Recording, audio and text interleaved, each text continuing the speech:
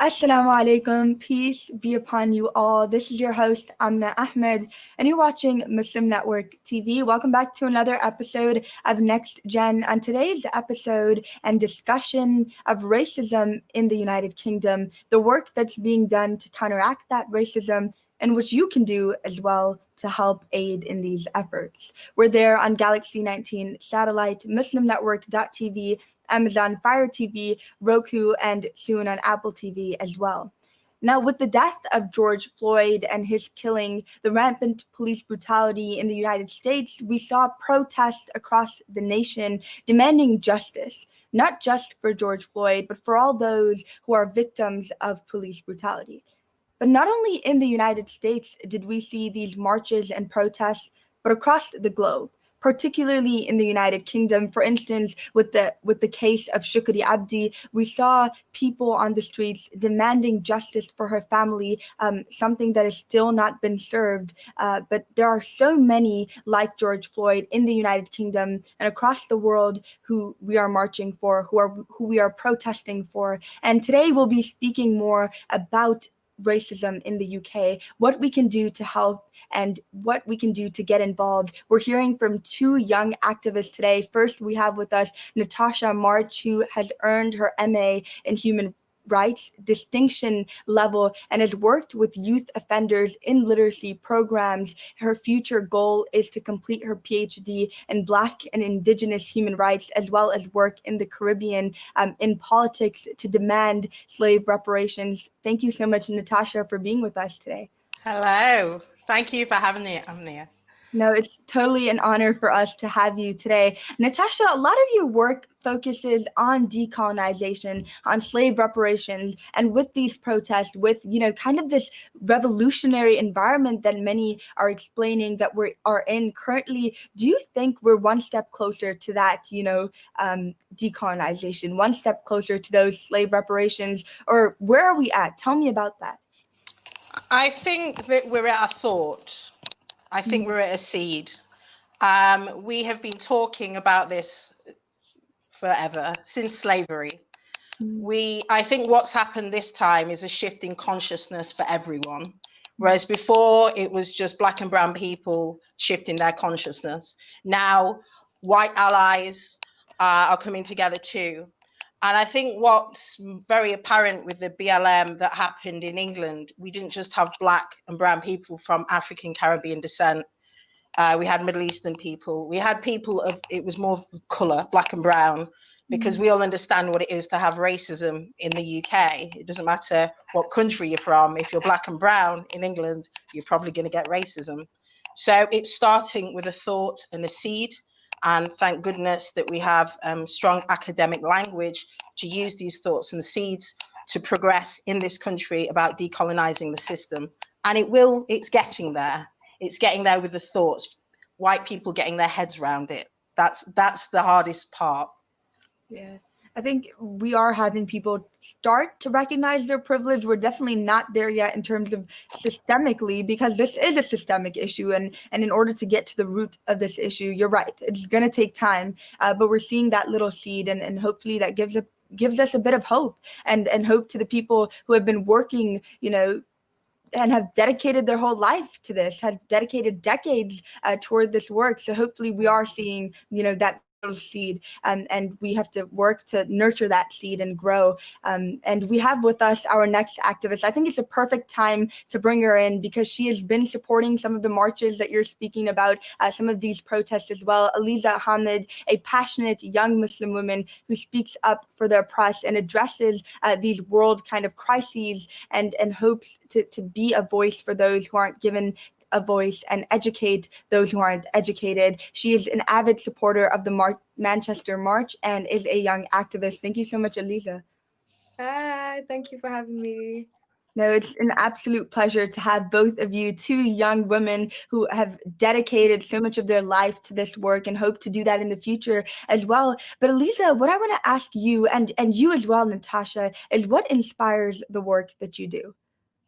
I think growing up, as a young Muslim woman, I've experienced racism throughout my whole life. And what's particularly, touched me in my heart is about how it's accepted in both society and within, our culture. It's kind of growing up, you're told you are going to get treated different and you have to accept it.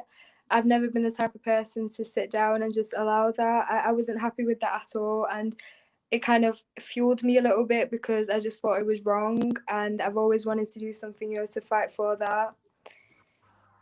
Yeah, and I think that the fact that you allowed those experiences as a young person, and the fact that racism was normalized in your life and you use that as fuel to stand up is truly phenomenal. And I want to applaud you on that because it does take courage and vulnerability. So thank you for that.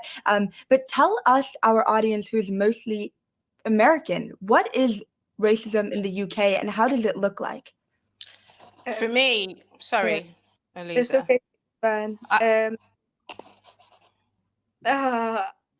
Basically, I think as much as that, little comments and slurs as they're common throughout the whole world, but I think a lot of it is in public environments like schools as well. I've experienced a lot of people in cars shouting across, calling me a terrorist, commenting on my hijab as well. And I think it's just about, sometimes I think it's a bit subconscious because they've grown up around that being normalized. I think it's the way that they're treated, and the things that they're taught, they kind of reflect that on us as well, if you know what I mean. Yeah. And Natasha, I saw you kind of jumping in, and I want to hear your take on racism as well in the UK.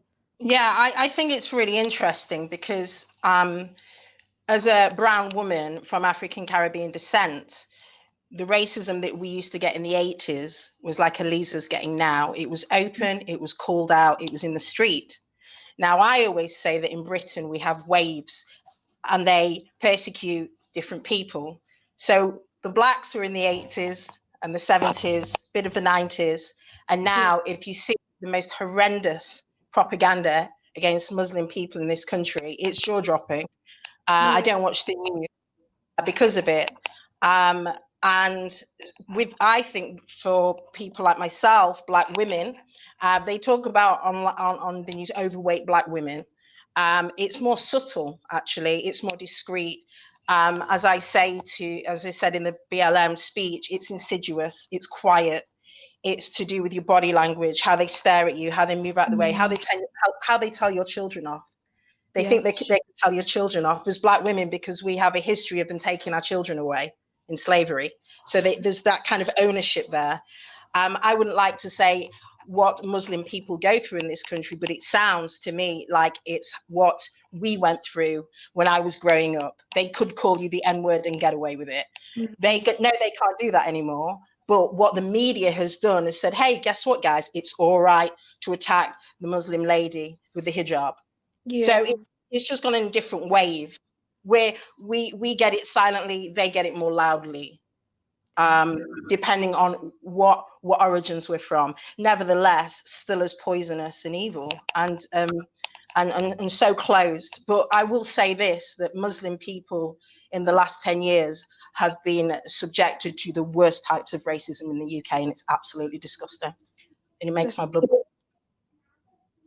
And the fact that you say that currently Black women are, not only had to experience all of this open racism a while ago, but now it's microaggressive. And sometimes that's the hardest to catch because it's like they'll just tell you that we did nothing, but it's those little subtle things. And the fact that Muslims are subjected to open racism in the UK, open Islamophobia. Can you tell me the role of the media in all of this? And how they are pushing this racism? Elisa? I think it's a lot of it's normalized the way that they portray Muslims. So the media have got such a big role and they have so much potential in what they can do, but they portray Muslims so negatively. It's kind of inevitable in a way of how people have a perception about Muslims. You'll hear when, like, for example, Islamic phrases like Allahu Akbar, they're talked about a lot as like terrorism related, but they don't actually give it insight of what Islam actually is, which is completely a peaceful religion. And I think the way that they present it is more for a news story, more for an interesting read, not actual truth. Yeah, it's like they profit off, this racism. And in a capitalist society, almost everything is profitable. So I understand what you're saying. But do you think that there's enough awareness around racism in the UK? Because here in the US, it definitely is not something that's spoke about enough. No, I don't think there is at all. I think we campaign so much to raise awareness about it. Our protests are there in numbers so we can show people that it is an issue. The media doesn't do its job at all in the slightest, and I think by the youth especially, and people like Natasha, taking power off that and giving people like a voice to speak instead of the media, we're taking control of our own country, of a country that belongs to us, and we're passionate about it. We're not going to sit down anymore and allow it. And as two young activists, right? Two young empowered women who just seeing you and your stories is just motivating me. But what was it that inspired you guys to get up and actually start advocating against this while so many are just watching passively? What is it that constantly motivates you to do what you do? I think for me, as I said last week, I was born into racism, and I did a speech, a BLM speech, the first one, and it got a lot of media attention because it took me literally an hour to write this speech because it has been brewing since birth. So I was born into racism, and I was actually adopted out for being a half Black child. My grandmother said, get this N baby out the house. My mother was white. So I've had to make peace with all these things, but what I've done is I've turned it into good. Rather than go down the road that white society want you to go down, which is drugs and prison and being a statistic, especially in America. Yeah, we've seen how we have an increase in crime among Black and brown people. And I refused to go down that route, even though I was in foster care and I was adopted because of my race, because my grandmother said we could not take her in the fold. So I turned it into something very positive. And I keep saying that to you, turn your life weakness into something positive for everyone. And that's what keeps me going. And I knew that education would keep me afloat more than anything else. And I've just climbed up the academic ladder quite naturally because I'm so passionate about human rights and Black and Indigenous human rights mainly. Because of my background and because I know that racism isn't just a word, it actually kills people. It actually ruins people's lives. And I think just when we're talking about the Muslim population in England, I read that it peaked because of the Manchester bombings, remember? So what the media like to do is scapegoat. And I just can't bear that. And as Eliza said, we need more people to rise and actually be positive voices and say, well, no, this is not in my name at all. And the media are twisting this all out. And we're not all in prison. We're not all trying to blow things up. We're not all mugging you. We're actually educated people and oppressed people. And one of the reasons that we have these symptoms that we have is because we are oppressed people from the white supremacists. And that's it really. So that's what keeps me motivated, and it will do. It's a life journey. It will do till the day I'm an old lady and die. You said that your story has been brewing since the day you were born. That, Natasha, is powerful. The fact that you were born into racism and in your whole life you've been subjected to that racism, that is so powerful that you're using that to do good in your life, to help those who are also less fortunate. So thank you for sharing your story, first of all. And you're definitely right. We are seeing the media scapegoat openly, and we will be speaking more about the role of the media in terms of scapegoating Muslims, Black people, people of color in the UK, as well as the Manchester March, which I do want to get into right after our short break. We're there on Galaxy 19 Satellite, Muslim Network, TV, Amazon Fire TV, Roku, and soon Apple TV as well. We'll be right back.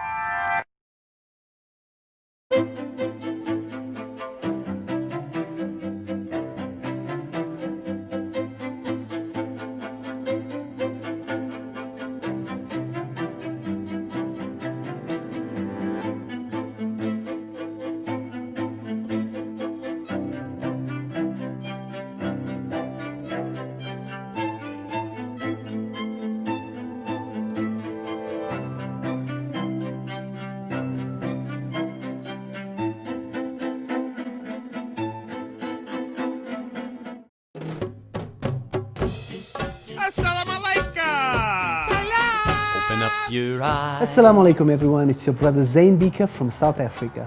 One of the first educational programs ever produced for Muslim children was the ever popular Adam's World series. The colorful and comical Muslim puppets stole the heart of a generation.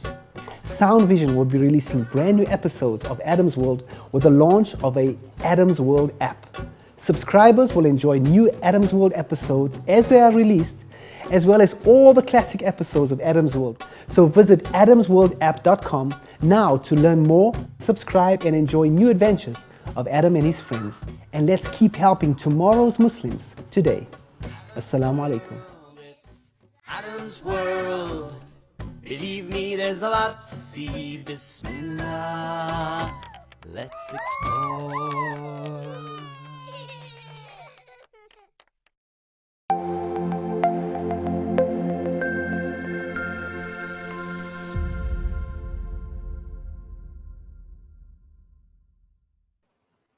Welcome back to NextGen. I'm here with Natasha March and Aliza Hamid, who will be right back in a bit. And, Natasha, I want to ask you, what was the turnout of these protests? How did they go? And was it how you anticipated? Were they more than what you anticipated? I want to know how these protests turned out. Well, firstly, I can't take credit. I just watched the protests go around the world. And doing what I do, a PhD in Black and Indigenous human rights, how colonization affects us, I felt compelled that I would get involved. But then Heba, who's sadly not with us today, set up in Instagram 500 people in 2 days. And then within a week, 11,000. And I just kept messaging her going, listen, please let me get involved, and we met and we created that. It was remarkable. Aliza, what do you think? You were part of that? Yeah, I actually went to school with Cuba, so we kind of like grew up and we both were passionate about fighting for what's right. We did multiple like sort of fake journalist videos and projects in school, talking about politics, talking about issues around, like we've had it in us, but it was amazing to just see her actually, take that to the real world. And it's like she's an inspiration, even though we're like the same age. She's an inspiration, and I'm inspired by her work. Every single time I talk about racism, it's like I'm doing my job, she's doing her job. It's what we were made to do. So yeah. And, what effect did these protests, did these marches have? Tell us more about the Manchester March and how it affected people, right? Did they feel more empowered seeing people on the streets demanding justice, demanding equity, and fairness, right? Tell me about the effects of these protests. Yeah, I think something that racism does is it makes you feel quite, alone, and you feel like no one's experiencing the same thing. You feel it actually can like make you feel quite depressed and low. But when all these people unite together, it's like a one like voice collective. You're all working together. It kind of like gives you sort of sense of togetherness and collective. It's really a wonderful sight to see. You're kind of filled with a sort of passion that you might not have had before, because you're getting listened to, and there's other people who can relate. The protests in particular, when you're marching, the chant that everyone can hear, it kind of like you shout louder, you want people to hear you. You're looking at cars, people might single you out, but you know that they can't do anything. Whereas when you're alone, it's not really like you might not be as empowered. With other people who also believe the same things as you, you're more inspired and you're definitely more empowered. Aliza, I think you took me there with you to the protest when you were describing them. How powerful and beautiful, right, of a sight where collectively you have brown and black people who are allies to us coming together and demanding the same exact thing. And you said that you have people watching, but they can't really do anything because collectively we are powerful. But aside from organizing, the Manchester March, these protests, what other work is being done to oppose racism in the UK? I think, Natasha, do you want to answer that? Or No, go on, Aliza. No, I think slowly it's starting to come into schools a little bit more, little by little. Like, it's not really in the curriculum, but I think the more diverse the schools are, the students demand it. So I used to, when I went to school, I used to, you know, I created these societies where people could talk about it. And I think a lot of it is more with the youth taking over. That's like, I don't really rely on the government to put that into place. Like Boris Johnson, our prime minister, is openly, you know, Islamophobic. So it's He's like, like Trump He's part openly two. racist. He's literally Trump part two, I'm telling you. If you don't have blonde hair, if you don't look like him, yeah, he doesn't Yeah. like you. definitely. But on a positive, with people like this, and I keep saying this, on a positive, with blind, like racism, so obvious. It sounds awful to get your head around, but in some ways, it's a good thing because with white people, they don't seem to see racism, and now they can see it, and you can go, well, what has Boris just said about this Muslim lady? What has Boris just said yesterday about refugees? I mean, yesterday was awful. Send them back. Like they're not of this humanity. And so what's happening now is, fortunately, we can actually use good examples because it's becoming so obvious. Yeah, before when it was more microaggressive, we couldn't say anything because they would just, you're being dramatic or you're trying to play that victim card. But now you're right. We do have concrete examples. And it's quite sad to be very honest. And I think more people need to rise up against it. So both of you, young activists, young women who are actually raising their voices, what do you think other people in the UK and outside of it perhaps can do to oppose racism?